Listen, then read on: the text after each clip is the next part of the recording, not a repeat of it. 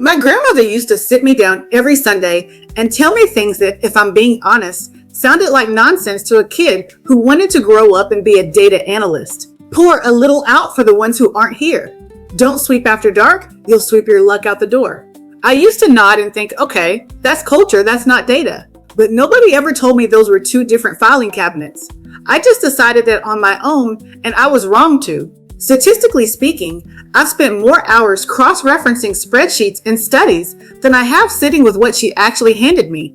And it turns out a lot of what she handed me holds up. Not because it needs to hold up to be real to her, but because I'm the kind of person who needs to check anyway. She'd probably find that hilarious.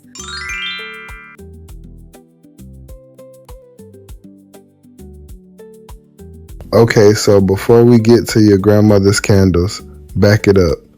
What is an Orisha for the people in the back? The Yoruba religion comes out of Yoruba land, which today covers southwestern Nigeria and parts of Benin and Togo. Tradition traces it back to a city called Ile Ife, and depending on who you ask, this belief system is thousands of years old. At the center of it is a supreme creator, Olodumare, and then a whole pantheon underneath him, the Orishas. Scholars put the number at over 400. 400.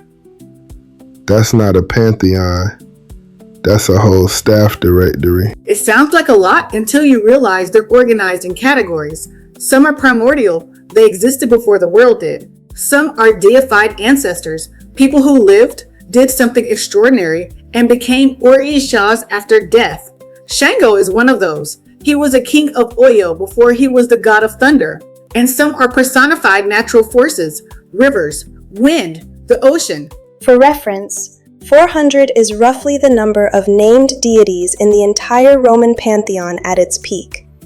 So the scale here isn't unusual for a mature religious system. It's simply less familiar to a Western audience. Luma coming in with the receipts early today.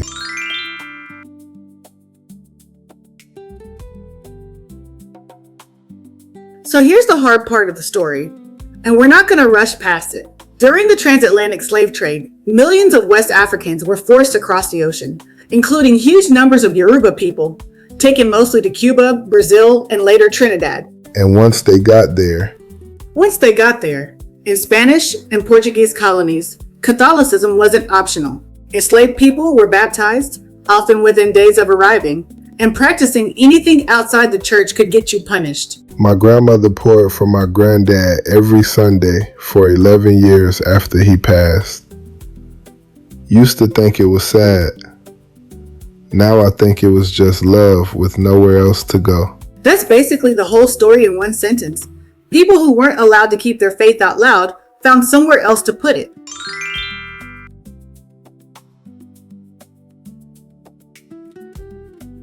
So instead of losing the Orishas, enslaved Yoruba people paired each one with a Catholic saint that shared similar traits and worshiped the Orisha underneath the saint's face. In Cuba, this became known as Santeria, or La Regla de Ocha. Shango, god of thunder, fire, and justice, got paired with Santa Barbara, who's usually shown holding a sword with a tower behind her, similar energy, similar colors, red and white. Yemaya, mother of the ocean, got paired with Our Lady of Regla, who's the patroness of a coastal town in Cuba, and who is depicted in blue and white, like the water Yemaya rules. Oshun, goddess of rivers and love, got paired with Our Lady of Charity, Cuba's patron saint, dressed in gold. So somebody's grandmother is in the pew on a Sunday, praying to Santa Barbara out loud. And underneath, praying to Shango. Both true at the same time. That's not confusion, that's strategy. That's just Milo Luke's survival math. Wear the outfit the room requires. Keep the real thing underneath. Statistically speaking, that might be the most accurate thing you've ever said about your own life. Anyway, keep going.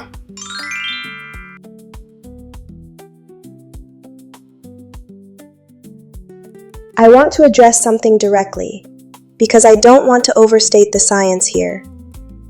There is not a large body of controlled clinical research, specifically on Orisha possession trance. What does exist comes from broader research on ritual trance states across cultures, in Bali, in Southern Africa, in shamanic traditions more generally.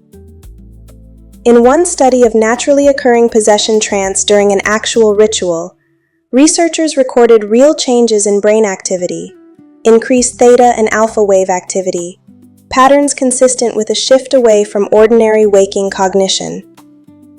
Separately, drumming and rhythmic ritual have been linked in multiple studies to measurable drops in cortisol, the stress hormone, and to activation of the vagus nerve, which is part of what calms the body down after a stress response. What none of that research fully explains is why a specific ritual, performed with a specific intention, inside a specific belief system, produces the experience it does for the person inside it. The measurable effect is real. The mechanism remains unclear. There it is. I did not ask for mockery. It's not mockery, Luma. It's Milo's way of saying he respects when you don't fake certainty. You don't have... Then I will accept it in that spirit.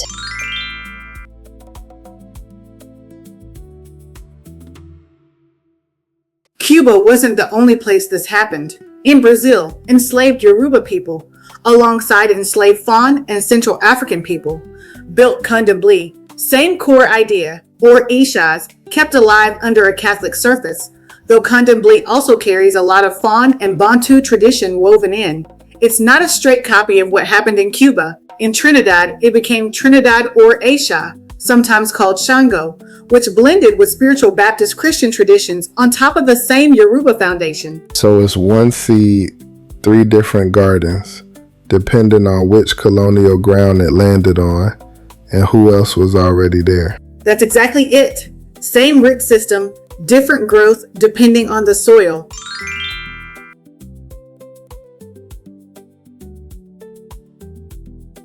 Here's where it gets current. Right now, a growing number of Black Americans are turning toward Yoruba spirituality directly, not through the Catholic disguise, but the original tradition itself, specifically because it predates colonization and the slave trade. That tracks.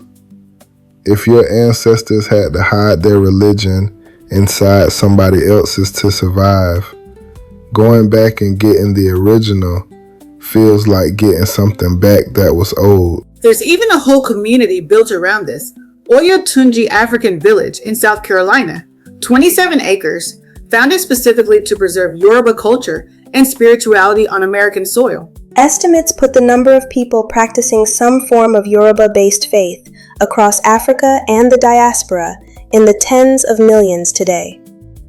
For a belief system that was once hidden inside another religion just to survive, that is not a small resurgence.